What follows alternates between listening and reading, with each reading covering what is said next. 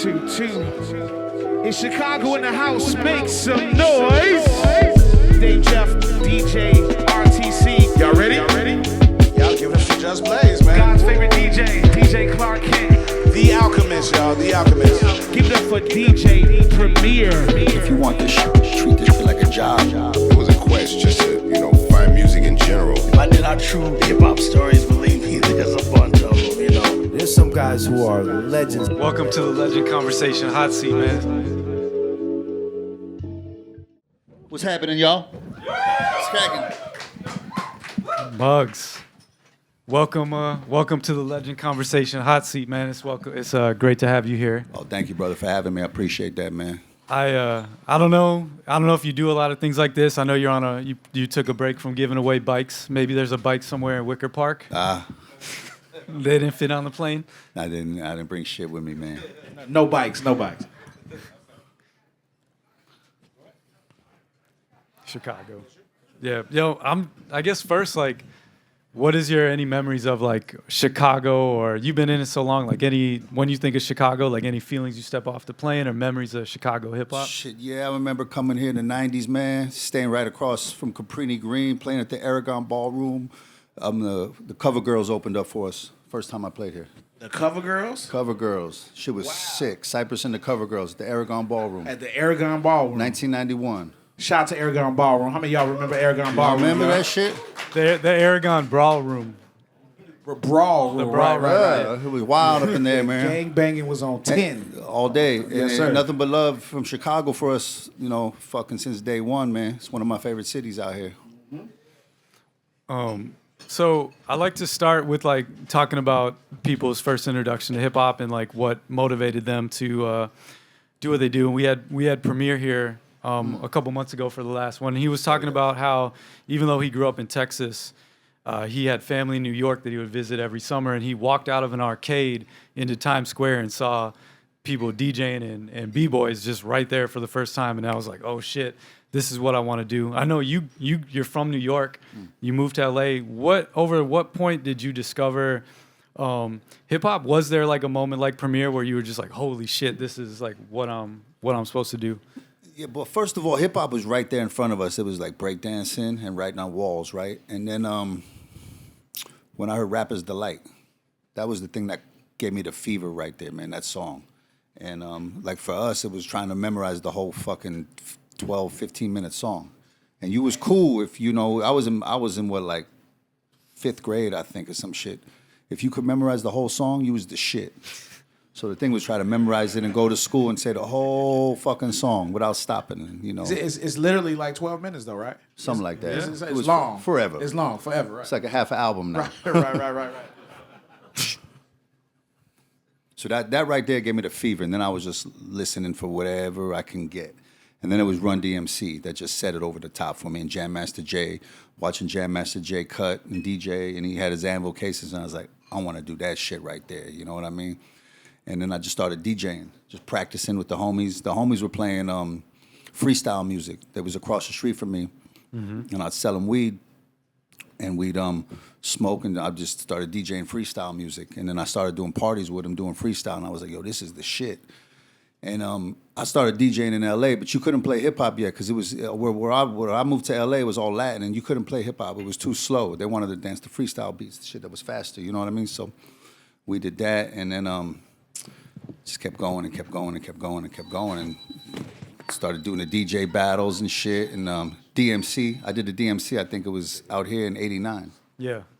I wanted to ask you, like, what motivated you to get into that form of DJing? Like, like for Clark Kent, he wanted to DJ to bring a smile to his grandmother's face. Like, Just Blaze was fascinated by the mechanics of a spinning turntable. Like, what made you want to get into the battle side and turntables? It was like fucking sports, like acrobatics to me. You know what I mean? It was fun, man. I had fun doing that. So that's the first thing that caught me to DJ was just doing the battles.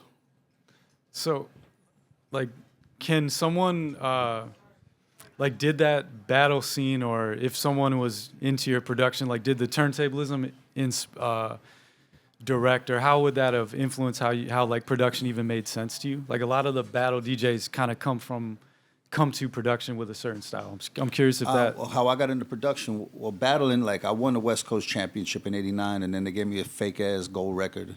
And I was like, that's all I got? And then I joined this group called 783. Yeah. My boys from Brett and Sean from Linden Projects in East New York. And they had a record out with Ice-T called 783 Will Rock You. Yep. And then I joined them. We started doing shows, and we put out a single. And then we got an album deal. We signed to Geffen Records. Went to Philly, worked on it with Joe the Butcher. And I had all these ideas. I had all these records. I had all these ideas. But Joe produced the ideas. And I was the record was done, and I was mad. I was like, that ain't how I wanted this shit to come out. You know what I mean? So I got fucking mad as fuck, saved up my chips, and got me a drum machine, and just started making beats. I made whack beats for about a year. Nice. And that's funny because Alchemist said the same thing, that he made it whack beats for about a year too. Yeah, man. So let me ask you, Pop. Like I'm an early hip hop guy, MC, dancing, breaking, all that other stuff like that. But just the culture, right? All the culture. The culture. Just all that shit. I was able to produce great events and get into fashion and branding and all that. Did you think that, or what was your mindset on Soul Assassins being like this big brand? Nah, man, I just wanted to make music and just be respected by my peers. I figured I'd sell about 100,000 records, get that respect. was big at the time. And that was it, man. Right. I like BDP, you know what I mean? Like, that was my shit. So I was like, if I could be like that, I'm good. And we got a little bit extra, a little bit more. The shit took off a little bit more, you know what Definitely. I mean? We still here. They still here. So, Soul Assassins all day. Give it up. Give it up. Muzz. So my crew, it was like, I was hiring photographers. I was hiring other people and giving them their shots, you know what I mean? They first shots in the game, but they wasn't coming back and reciprocating and wasn't doing shit for us. And then one day I was like, man, fuck these motherfuckers. I'm only hiring my homies. Nice. You know, like we detail cars. We got restaurants. You know what I mean? My homies take pictures. My homies do videos. My homies do tattoos. I was like, we're only hiring our own homies, and we built our own fucking economy and our own crew like that. And that's where the Soul Assassins came from. And then it was like, we just built it like that. You know what I mean?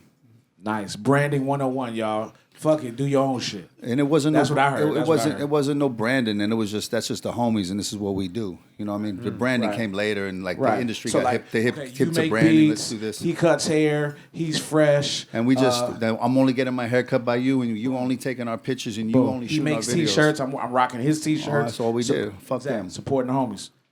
That's good. Because Cypress, when we came out, we was wearing other motherfuckers' shit, but we was blowing their brands up, not realizing what we was doing yet. Because we were just happy to wear the shit and just look out. But they wasn't looking out for us back when it came time. So that's when we got wise and we was like, oh, that's how this shit works. All right, I get it now. When I talked to Esteban Arroyo a couple years ago about you, and he was saying that one of your best skills is like you're like a puzzle. You're like a someone that does puzzles. You're like an architect. And you see the vision. You saw, I mean, you were talking about 783. You had them, if I know correctly, they did a party with you. Their DJ wasn't there.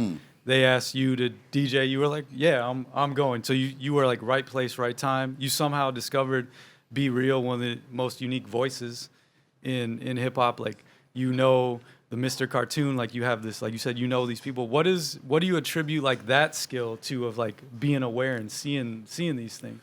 It's instinct, man. You know what I mean? Like, you could learn the technical shit in a book or on YouTube or whatever, but the instinct, you either got instincts or you don't. You got an ear or you don't. You know what I mean? That's what's going to separate certain motherfuckers from other motherfuckers. Like, I could go shoot all the fucking baskets in the world. I'm not going to be Michael Jordan. You know what I'm saying? So it's don't sell yourself short. It's that instinct that's going to separate you by just knowing shit that you know and not knowing why you know it. Okay. Wow. That's interesting. Wait, not to cut. Y'all drinking that Johnnie Walker. I'm going to go down here, give me a drink. Yeah. I'll be back. Give me some Trace. Going back to, like, so with Cypress Hill, I was seeing you said that you guys started recording that first Cypress Hill album just to, like, get off the block and stop doing that. At what point was it like we have something, or did you always, like, feel like you had something? We were selling weed and making demos. You know what I mean? And they was whack. And then I met 783. So when I met 783 and got a record deal with them, that's when I learned everything. Because Russell Simmons started managing us, Russ and Mr. Bill. So I would go to meetings up there, and they was like, you have a logo? And I was like, what's a logo? What's your concept? What's this? What's that? I'd never heard these words or understood that. So when I learned this shit, I brought it back to Cypress and it's like, yo, fellas, we need this, we need this, we need this, we need this. And we just kept working, man, till one day we did the song Real Estate, me and B Real. We had a big-ass boom box. We plugged the mic directly into the boom box, and we plugged the drum machine into the boom box, push record on the cassette, and that's how we did the demo, one take. And that was the first song we did that sounded like a record. It was like, oh, shit, we got a record. So we started going up to KXLU, the local college station at Loyola, and playing our demos. Go up there every Saturday night and play our demos on the radio. And that was it right there. And then it was just a matter of like, all right, this shit is waiting for us in the future. How do we get to it? That was just a matter of figuring that maze out, you know what I mean? Yeah. Did you bring any like extra knowledge coming from New York? Did they look at you like, oh, like Muggs is from, at this time hip hop, I don't know what it was even like in the West Coast. You said you couldn't even play hip hop. How did you get like them I moved to LA when I was 12, and then I hated it. So I'd go back to New York every summer. I'd take the Greyhound back. It was $99, 3 days to get to New York, go back to New York for the summer. Okay. Christmas vacation, I'd go back to New York, and then I'd just do that shit. But it was like having like a cheat code because New York was fucking light years ahead of LA. So I'd bring records back. I brought Rakim back when it was on Zankia, you know what I mean? On my Melody and Eric B. for President and The Bridge. I'd just bring all these records back, bring style back, brought the bucket hats back, you know what I mean? Brought the Carhartts back and just like shit like that. Yep. And you didn't there was no access to shit. You had to be at places. You couldn't get it. Yeah. Even if you saw it in the magazine, it was already 4 months behind by the time the magazines came out, you know what I mean? So we had a little bit of a cheat code. Then I brought Sen and B-Roll to New York for the first time, and I'd bring them out there with me all the time. So I was like, y'all got to come out here, man, see what's popping. When so you did your experience with 783, you started to understand the music business. One of the groups that gets compared a lot to Cypress Hill, maybe not in direct sound, but like aesthetic or like attitude, is Wu-Tang Clan. And there's a famous story of like RZA convincing all the members of Wu-Tang Clan, like, give me 5 years of your life, I'm gonna make this pop. I'm just wondering if with Cypress Hill, were you that kind of figure? Did you have to convince them at all to trust you? Or Absolutely. Did they, yeah? I already knew it was happening. It was just like, I was like, y'all want this shit? Motherfuckers wouldn't show up to make demos, and I got mad as fuck. I was like, y'all want this shit, but you ain't even showing up. You just gotta show up, man. You know what I mean? And be consistent. Ice-T told me one time, I was signed to 783, and we was down with the Syndicate. And I was in the studio. I was a kid. I was like 17 and just like this, just listening in the corner and shit, just soaking it all up. And Ice-T, he's got the greatest fucking stories ever. He's like, all these motherfuckers want to rap. They all want to do this shit, but they want the rewards. They ain't willing to put the work in. If you want this shit, you got to treat this shit like a job and do this shit from 9 to 5 and put your 8 hours in every motherfucking day. Yep. And I was just soaking the shit up. I was like, yo, I'm going to do that shit right there. So I'd work, get off work, and go DJ and go do my shit. You sell weed, come home, fucking DJ. But I always had a job, and I always sold weed. It wasn't like I'm just going to do this and be broke, you know what I mean? So I always worked. And so I worked construction and shit. So, I just like, but you got to put your time into it, like anything, you know what I mean? But we always did. We had discipline, mad discipline. Yeah. Those first three albums, to me, just as a fan, knowing nothing about the music industry or anything, just buying Cypress Hill albums, it almost seemed like they worked together as a trilogy. And I'm just curious, like, is that how you saw it, or how do you see the relationship between, or the growth in the connection between those three albums? I don't know if I saw it like a trilogy. The energy with us, because those three albums, we hung out every day together still. Okay. After that, we stopped. We wasn't hanging out all the time no more.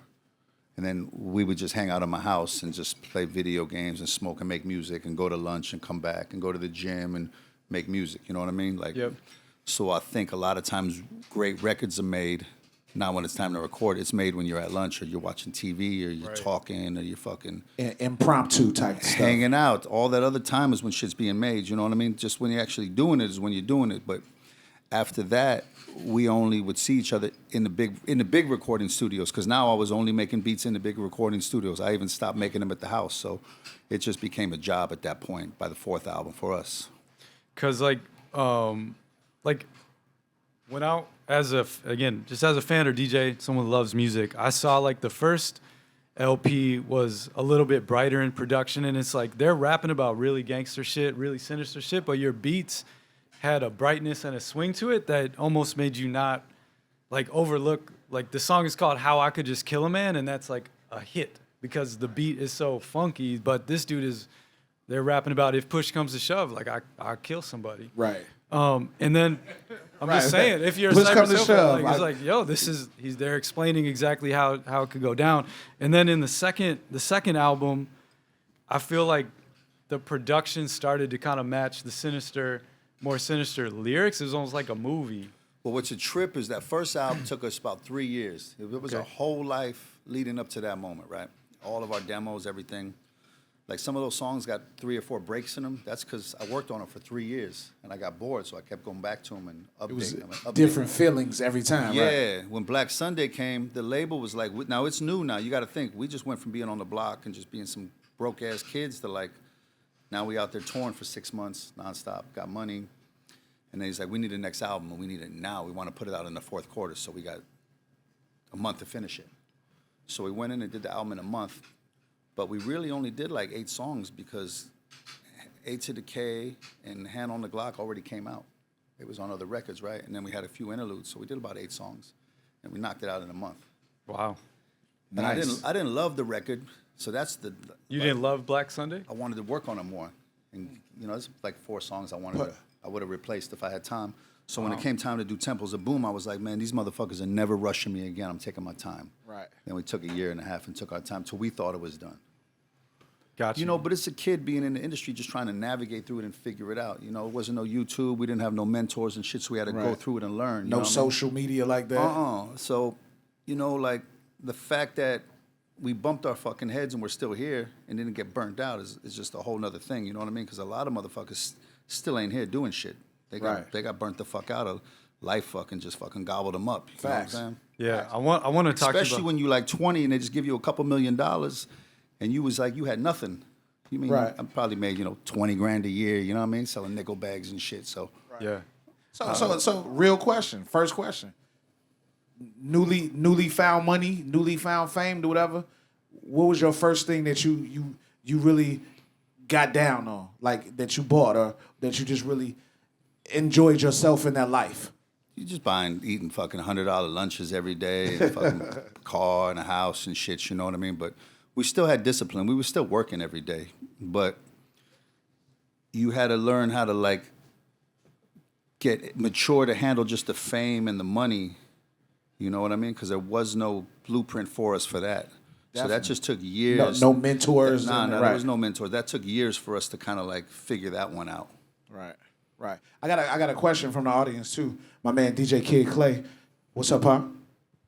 Yeah, what's up? My question comes to, all the success that you've had. I think a lot of people don't really know your get-up story, right? So you think you can maybe elaborate on maybe a time, if there was a time where you felt like this music shit is not going to work out in your favor? And if so, can you talk about the inspiration that kind of got you over that hump to be like, okay, this is going to work out? Man, I swear to God, I always knew this music was going to happen. It was just a matter of when and how. You know what I mean? Because anything I did, I was good at, man. Whether I played Pop Warner or I did this, I was always at the top of my class. So I knew it was going to happen. But I had a job and shit, so I wasn't, like, worried about bread. But I was like, when's it going to happen, though? So I got with 783. With 783, I was touring. I was touring with Kid and Play, Salt and Pepper, EU, MC Hammer, and we was doing stadiums. We was managed by Rush. Damn. You know what I mean? Mike Tyson's birthday party we did in Cleveland back in, like, 89. How old were you? Wild. I was 19. It's crazy. Of all the cities in the world, Mike Tyson had a birthday in Cleveland. Just had to say. Doing stadium tours, like, opening up for DJ Wiz would help me set up. You know what I mean? Opening up for fucking Salt and Pepper and Kid and Play. So all that shit, man, was like, yo, I'd bring that back to the block. Like, yo, I knew it was attainable for us, but I had to convince them. B-Roll was in the hood gangbang, and Sen was working at Kodak, and he was like, man, I don't know about this rap shit. I was like, come on, Sen. We could do this shit, man. We just got to go.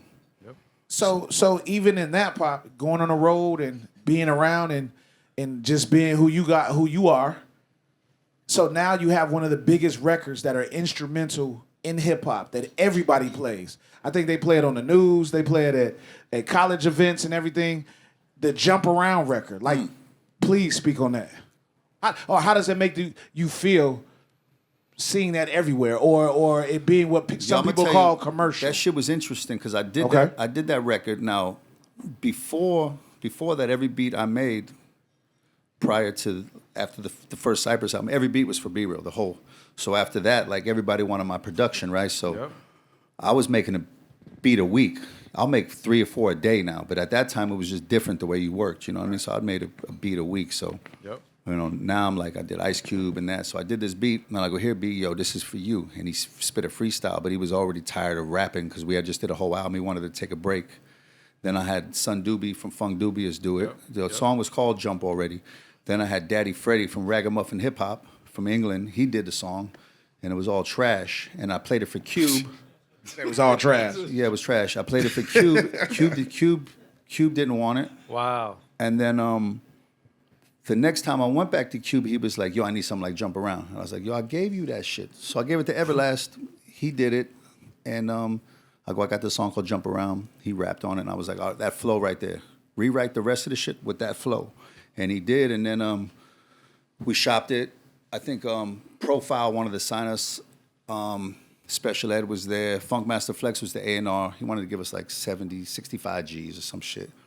I was like, I don't know. And then one day, Monica Lynch from Tommy Boy calls me and says, yo, Muggs, I want to sign you. I'm going to give you $250,000. And so I went in the office, and she's like, this reminds me of my brothers. She was Irish. She's like, they go to church. We go to church, and then they go to the bar, and they get drunk, and they get in fights. So it was. So that $250K, you was like, run that. Let's go. She got it because it's more about getting it and being a fan and being excited to work with somebody. You know what I mean? So the fact she was excited, and then what do? They got the same management. The guy who took our pictures for the album cover, they used them. The dude who did our videos did their video. So it was the same formula. Man, and you can't say this song's gonna do that. Like motherfuckers is calling their albums fucking classics before they come out and legend. Like you can't call your record a classic. In 10 years, if that shit's banging, then it's a classic. People gotta tell you. The people gotta tell you because what it is. you souped up. You know what I mean? Yep. Fuck, I still don't expect this shit to be doing what it's doing. It still marvels me. You know what I mean? It still blows me away. Hold on. Bro, y'all, do y'all feel like Jump Around is a classic though? I mean, classic definitely. Like, well, man, like I told my father-in-law, I was interviewing DJ Muggs, Cypress Hill. He did Jump Around. He's like, oh, the University of Wisconsin fight song. Like it's like, whoa. It's like so crazy because a lot of artists hate their biggest songs, but like, I don't know. Do you hear that shit just walking through a mall, walking to the airport? Like it's playing somewhere. Do you feel like that's your biggest song? Do you feel like that's? Oh, it absolutely is. Okay. I can't even feel. It is. It's not how I feel. Like facts, right? Facts. Yeah. I mean, I got songs. A lot of songs I like better than that, but that is the biggest song. Got you. I wanted to ask, like, kind of going like one step back. I saw an interview with you, and you were talking about back then, around like Black Sunday, Cypress Hill, Jump Around. People were wanting Muggs music, and you were like, you said to someone like, I was afraid to give away my sound. I didn't want to give away my sound, and I know so much writing has been done about your sound, and it's been defined in various ways. I'm curious, coming straight from you. Like, what was at that time like the Muggs sound? What were you back afraid? then it was like this, man. You couldn't look like no one because you was whack and you was a biter. You couldn't sound like them. You couldn't use their slang. You was whack. Your beats couldn't sound like them or look like them. So we made sure, we had our own slang. We had our own musical style. We had our own look. We had our own thing because that was important. The way hip hop is, the way shit is now. It's a whole flip on how shit was back then to get respect, right? So. We made it a point to be our own shit, but I had my sound, but I gave my sound to people because that's what they wanted. Mm-hmm. In hindsight, I wouldn't have. I would have saved it for us, and I would have created another sound. But then that's where I still had to mature as a producer to realize, oh, you got to create new styles and new sounds, as you keep going. And but that's something you learn along the way. You know what I mean? It's something I learned. So, but it was what it was, and it was a good time, man. Yeah. Also, I wanted to ask you, just as a fan of Cypress Hill, it seems like Cypress Hill in some ways, and you talked about like a lot of the people starting with you aren't around anymore, and Cypress Hill is one of the groups that is still, you could argue like as popular as ever, doing shows. There's anniversary, I think it's the 30th anniversary of Black Sunday, or some anniversary of Black Sunday.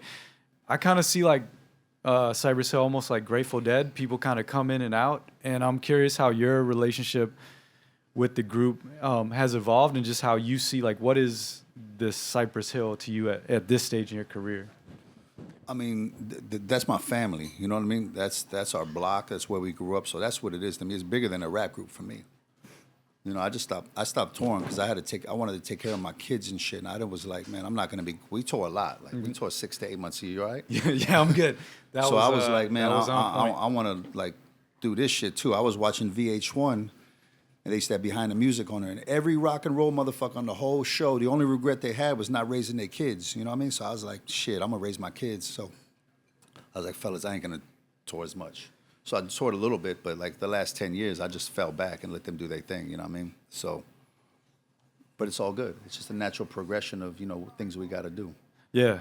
Well, I mean, like I said, that hit me because I have 2 kids right now, and definitely that's the least amount of time you're going to have with your children is when they're little. Right. Yeah. When they're adults, you're going to have 30 years with them if you live that long, right? But when You they're got- kids, you gotta get got that- this that little daddy time. limited amount of time, especially when they can start talking and taking a fucking shit in the toilet where they don't wear diapers, when you can That's actually where we're at roll right around now. with them like they're the little homies. You know what I'm saying? So Yeah. you got from like 4 to like 12, then they 13, and they're like, man, I'm ain't kicking it with you, Dad. Yeah. So you lose them for about 3 years, then they come back. You know, like once they go through puberty, especially a girl. So, you know, that shit was important. I kept working and doing shit and doing some shows, but I was like, you know, you got to make a decision at that time. So Yeah. that was my shit. I have a 3-year-old. If you say to my 3-year-old, or he's almost 3, he's like 2.5 or 2 and 9 months. If you say to him, insane in the brain, insane in the membrane, he will respond, insane in the brain. It's on video too. Check out my Instagram. It's on there. But I also had, man, I had a luxury though with the other fellas in my group didn't have. Is I had money and I saved my money and I made investments, so I didn't have to tour. Yep. But my boys still had to tour, you know. So like talking about money, there's a quote from you that I saw. You said, "We do this music for fun. Money, we've been rich for 30 years. Money's the easy part. It's just fun. Making art is fun and challenging." What's the challenge for you now? Like, is that still your ethos? Just like I'm having fun. It's challenging. Like, how do you challenge yourself? the challenge for me is just exciting myself, making some shit and going, oh shit, this shit's fire. Being in the studio, getting that feeling is still what it's all about for me. You know what I mean? It's still what it's all about. So I still, there's a picture of Picasso I would see when he was 70 years old in his prime, painting like sitting in his loft in Italy with like 20 paintings going on at the same time. And I was like, that's what I want to do right there. Because they told us that we were done at 30 years old, right? You're supposed to be burnt out and over the hill and done. I was like, no, hell no. Like, my mission now is to show these motherfuckers 50, 60, 70, like, I'm still going to be fly as fuck, making heat. You know what I mean? Like, we artists, man, and you only get better, and you get better as you get older. Like, pop shit, if you into pop music, that's going to have its little time and place. It's for the kids, but like us, and now, like, it's the first time, like, our culture's growing up with us. You know what I mean? And it's like, as artists, man, it's like, this shit is fucking, it's forever. Yeah. So that's what keeps me going. I mean, I would definitely want to talk about like that piece you just said a little later, but hand in hand with like what you're saying now as well is like, what is your relationship with the music business? I told you just in the kitchen exactly a year ago we had Alchemist here, and he was talking about how he doesn't feel he's necessarily in the music industry. Yo, the industry can suck it because I can't stand the fucking industry. And you know what?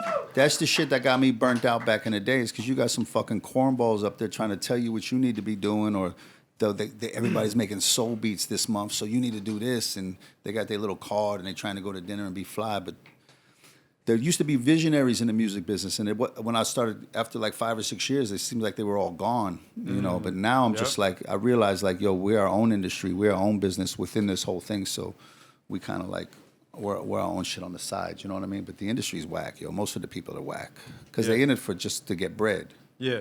You know what I mean? Yep. Making money, if you're a real artist, is a byproduct of just hard work and passion and the shit you love to do. And if you make money, cool. And if you don't, you could still be the baddest motherfucker ever and not get rich and get super successful. That don't mean your art ain't great. Right. Yep. You know what I mean? But that's how we move. Speaking of Al, so he told us a story when he was here that someone brought the music to you and you said that it was whack. and that Be Real was the one that said, "Whoa, we'll give him a chance." Is that accurate? No, that ain't how I heard it. He did. No, Alchemist Check did. it. He No, did no, say that. I He didn't did know. say that. I didn't know. So I had this manager, and the manager was like, "Hey, Muggs, you want to make a lot of money?" And I was like, "Here we go with these managers, right?" My first 2 managers were whacked, a lot of money, and I was like, "All right, what?" Well, I got these 2 white boys from Beverly Hills, and I was like, "Get the fuck out of here with that bullshit." Right. And that was Al and Scott. I didn't meet him yet though. Right. But when I met him, they was like 13, little kids. Yep. Al, and when I met Al, I was like, oh shit, he reminds me of me when I was little.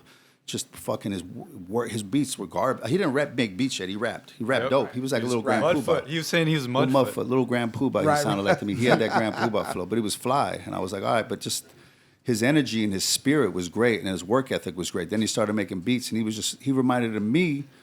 And I was like, yo, I'm gonna fucking give him the access and give him the cheat code, and he's gonna skip all the shit he's gonna have to learn. Just come on.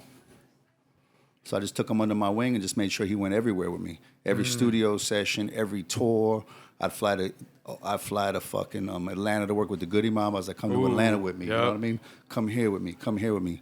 Because all he needed to do is see. He's so smart. He just needed to be there and see. And I knew he would just soak it up. It's a lot different than what he explained on stage a year ago. A lot different. I'm glad we had the Muggs explanation. It's 3 sides to a story all the time, right? We have another question from the audience. My man Mello. Mello, what you got? Okay, you said that the crew, the way you work with the crew, everybody stays tight knit. I know you work with Be Real, Sun Doobie, and Everlast. Like, how's that relationship still to this day with those 3 artists? I mean, musically, we don't work on music no more. Me and Be Real still do, but I ain't worked with Sun and Everlast for years. But they're cool. They're the homies. We don't kick it all the time. But you got friends. Like, you might see them 4 times a year, but they're still your friends. They're still your peoples. They're still my people because, life goes and things change and things move and stuff, but we still see each other about 4 times a year. So, crazy thing, Pop. You're from New York. Right. Yep. But people thought that you were from L.A. Like, speak on that. Man, I don't know what people think, man. So it's whatever the fuck. Probably because I've been in L.A. since I was 12. So I'm 55 right now. So I'm from L.A. now. 55. You know what I'm saying? So you say black don't crack. Look at that. He only shit, man. But I've always kept a place in New York. I moved back for 5-6 years. So I'm always back and forth still. Well, I spent at least 3 months a year in New York still. I mean, I think it's interesting that you're from New York and then pioneered a section of LA hip hop that went global, and then Alchemist is from LA, but a lot of people thought he's from New York. He was from New York, and is that coincidence or is that you rubbing Well, no, off? like I remember when I was living in New York, and I went to New York to go to school, and so he's going to school, and he was like, "I'm done with school. I don't want to go to school. And so I was like, all right, man. So I took him to my boy, my homie Renee, and I was like, Renee sold fucking truckloads of weed, so I was like, yo, take care of Al for me. So he made sure he was giving Al pounds of weed. So Al was selling weed, and his parents didn't know he quit school, but he had all this money. Yeah. And motherfuckers didn't want to pay Al. Renee and his cousins pulled up, clack, clack. Yo, fuck with Al. And they took care of Al. So Al was fucking just slanging. Yeah. I mean, I know he got slanging to all the college kids, big time. Well, like Premier. Allegedly. No, I mean Premier. Real shit. Premier, Real shit. Okay. Premier told me like there's a classic photo like Premier, Alchemist, and D'Angelo, and it was like D'Angelo was like, "Yo, Premier, bring your dude from Cali who has that shit." We was on Smoking Grooves, and I took Al with me on Smoking Grooves, and Gangstar was on Smoking Grooves with us with Erykah Badu and George Clinton, and I took Al into the bus and introduced him to Premier. And it's like, yo, it's my little man. He's cool as fuck. So when Al went back to New York, he kept the relationship and started bringing weed. Because I knew Premier since I met Premier when he was on Wild Pitch when they did the Manifest remix. Yep. I was there. Yep. I was on the couch getting high with his brother Gary.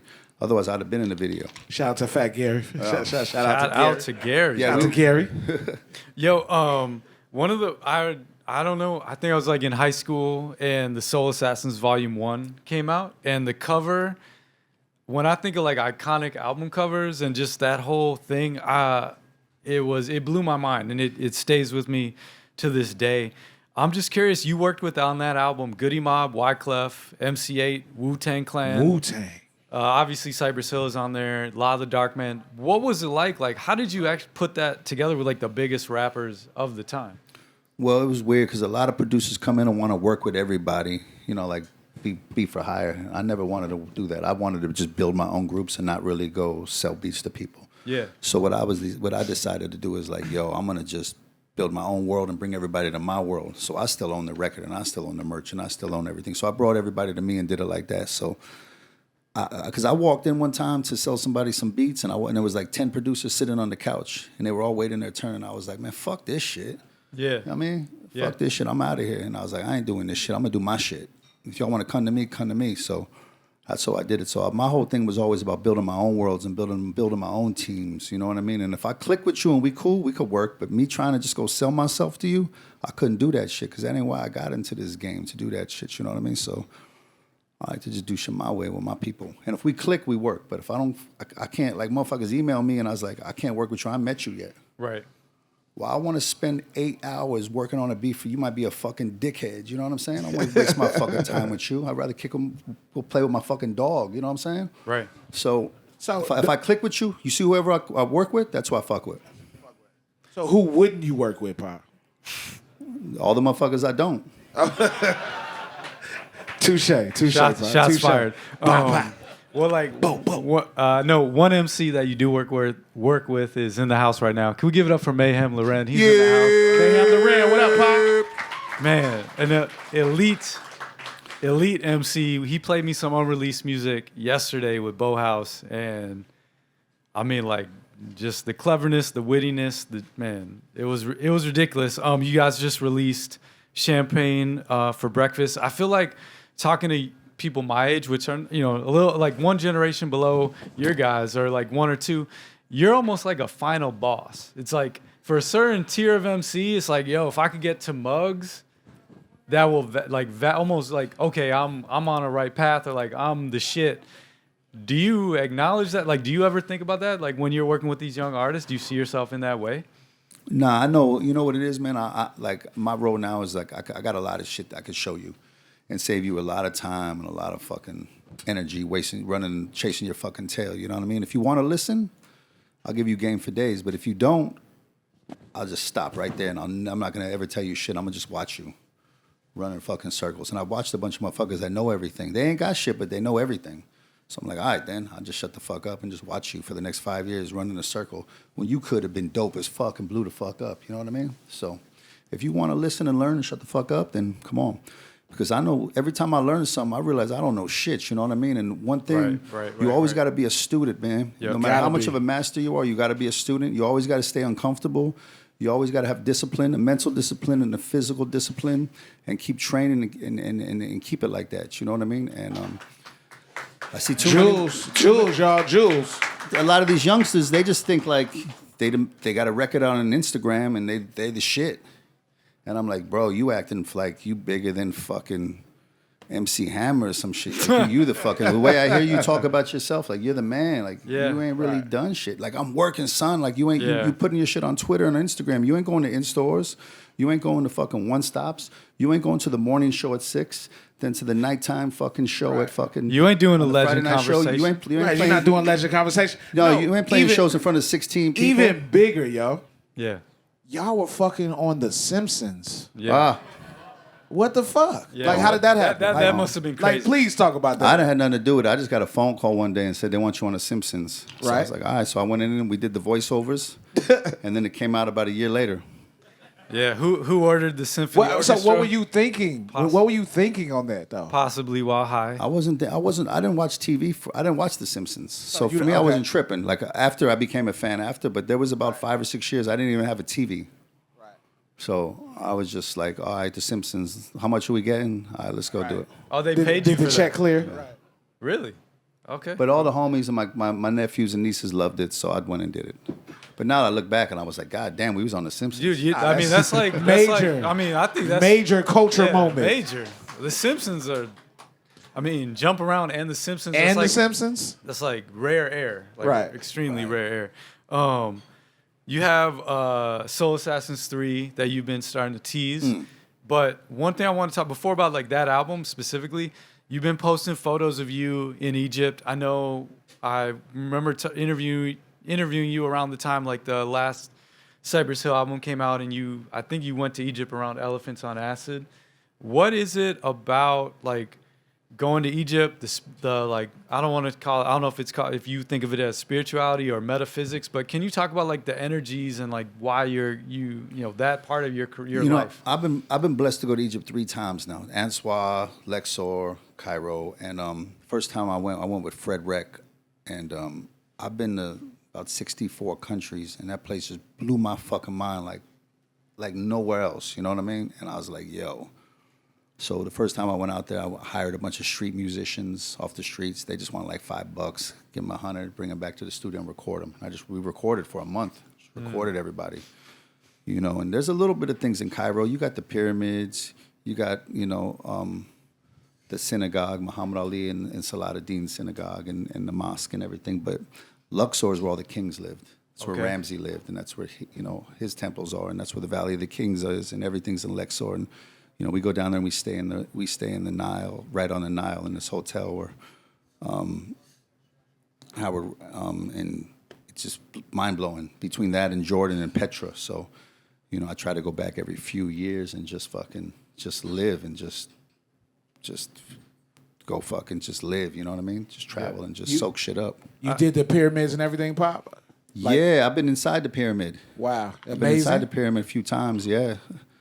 I can't describe it, man. Like, I've been to Rome and Vietnam and all these different places, and between, I think, Egypt and Petra is the most mind-blowing places I've been. Like, I think in an interview you said, like, there's just one like global energy, and I'm just trying to tap into it. Mm-hmm. How do you see that? Is that what's manifesting in the music? Yeah, everything's coming through the filter, right? So I just go out there and shut the fuck up and just try to feel and listen and learn. Feel and listen. You know what I mean? Just be a student of life, man, and just try to, from a 5-year-old to a 50-year-old to a motherfucker on the corner is gonna teach you some shit, So I try not to be a fucking know-it-all and just listen and learn. You know what I mean? Nah, that's what it is. So I got a question from one of the young guns in the audience. Speak on it. Muggs. Great to see you here. Huge fan. Thank you, brother. Huge hip-hop head. I think one thing that I find myself struggling with is dealing with egos when I'm in the studio. I've been making beats for like 4 years now. 1 year has been dedicated to like the DAW, and now I've graduated to the sampler, and that's where I think my sweet spot is. Just sampling these old records, grabbing these ideas and flipping them to be my own.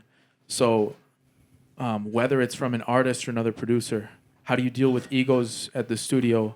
How do you know when to hang your ego hat up? Well, first of all, your ego's not your amigo. So when you come to my studio, there's a code check. So you check your ego at the door because your motherfucking feelings, and it will get hurt in this motherfucker because we're honest. But like I was saying earlier, there's a few youngsters that came through in the last few years that knew everything, just knew it all. Then I was like, all right, cool. And then you just don't get invited back at that point. When it comes to music, you got to build a synergy with certain people, and you're going to vibrate with them and be on some shit. And when it's special, it's going to create that shit. You know what I mean? Like, I got to fuck with you to sit in the fucking room for 8 hours, dark-ass fucking cave, and sit in there for 8 hours for a month and a half. I got to fuck with you at this point. Like, I don't need shit. You know what I mean? You might need some right now because you got to build a name, so you might have to tolerate a little bit of things right now to get to where you need to get to. You know what I'm saying? But it's fucked up. You know what I mean? Some of these motherfuckers is some weirdos, bro. A lot of these rap motherfuckers are some weird motherfuckers, bro. They think they the shit. Like, you're a strange-ass man. And, sometimes I just want to start banging on them, but I was like, nah, I can't do that. I got to be a little more, like, I got to play Yoda and be more mature and be a little more spiritual. Don't hurt him, Pop. But if I start telling you the shit, like you telling me I'm still young and you 23, I'll start telling you what I did at 19, fool, like, and 18. Like, I don't even start that shit, so. Because at 19, they weren't doing stadiums. I'm about to play. This is weird, bro. I'll pull up I'll pull up the Kia commercial where hamsters are rapping my song for millions of dollars. I don't know if you've seen that one. You don't have a TV, so I don't know. Remember. It's a Kia commercial. Hamsters are rapping, jump around. Jump around. Are they? Yeah, I seen the Michelin one for the Super Bowl when the Michelin man was rapping. No, these are hamsters. Like animated hamsters. You Really saw that into- check though. You saw that check. I probably seen the email and the number and was like, all right, we'll prove it. Cool. This checks the box. Fuck it, the hamster jumping around. You know what? At first you start holding on to that shit real tight. Then you Right. realize, man, nobody fucking cares and nobody's gonna remember. Exactly. Like, Yeah. Whatever. Yeah. Let it fly. Yeah. Let it. A couple more questions, man, and then we're gonna turn this into a party, and you and Mayhem are gonna do your thing. We got Kid Clay spinning. I'm gonna DJ. We're gonna have a lot of fun. What are we gonna do? What's our thing? I mean, I'm hoping Mayhem's gonna rap. And Oh, we're you gonna would- do that here. Yeah. All right.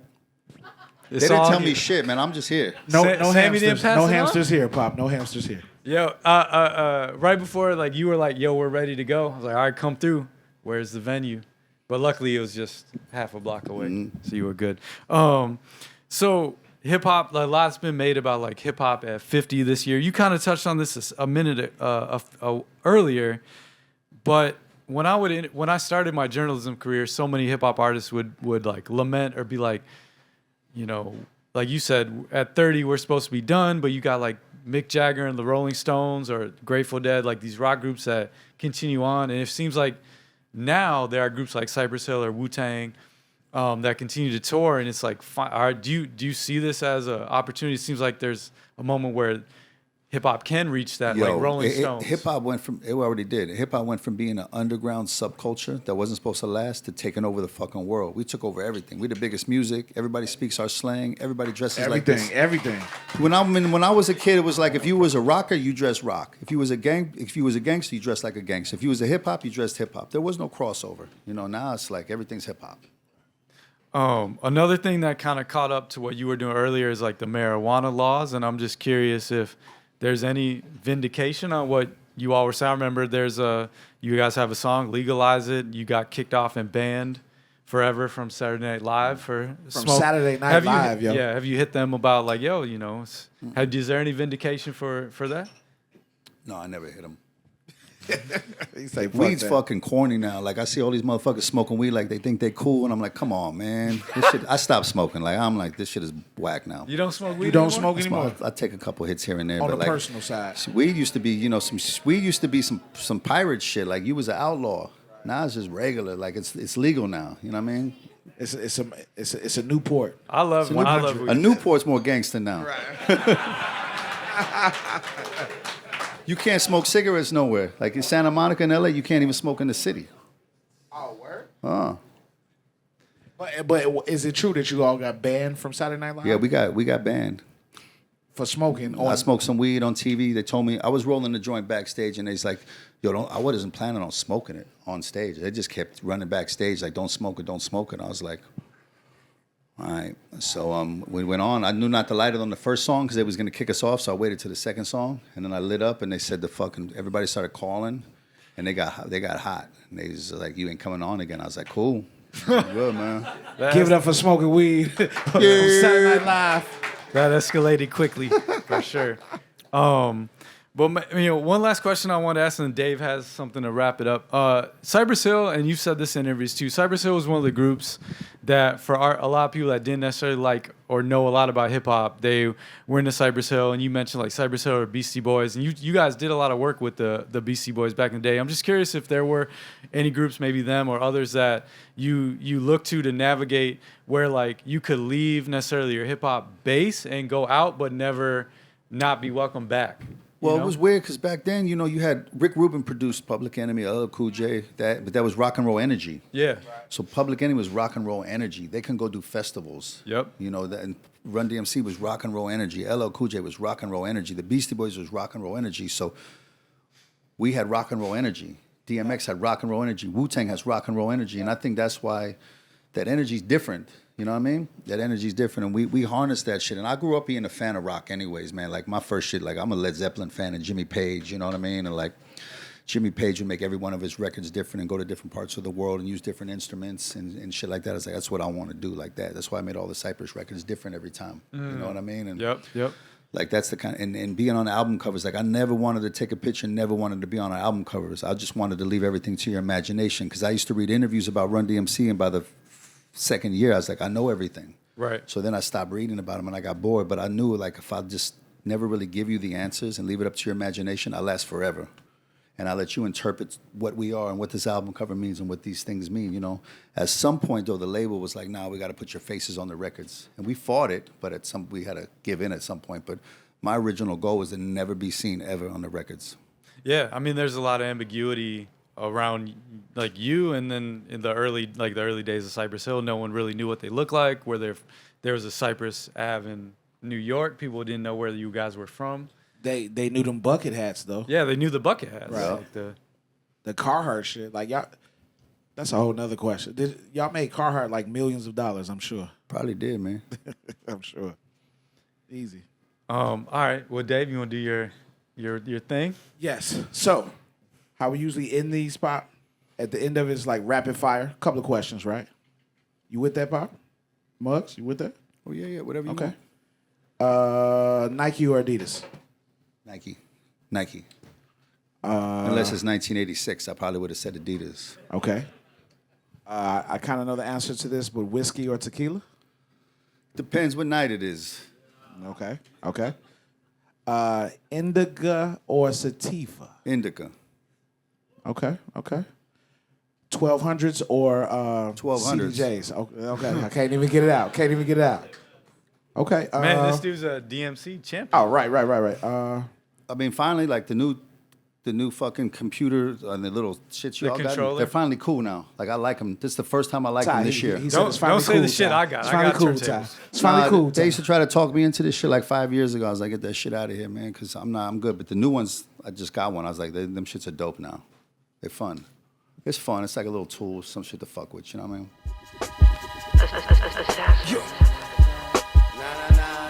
Let's go.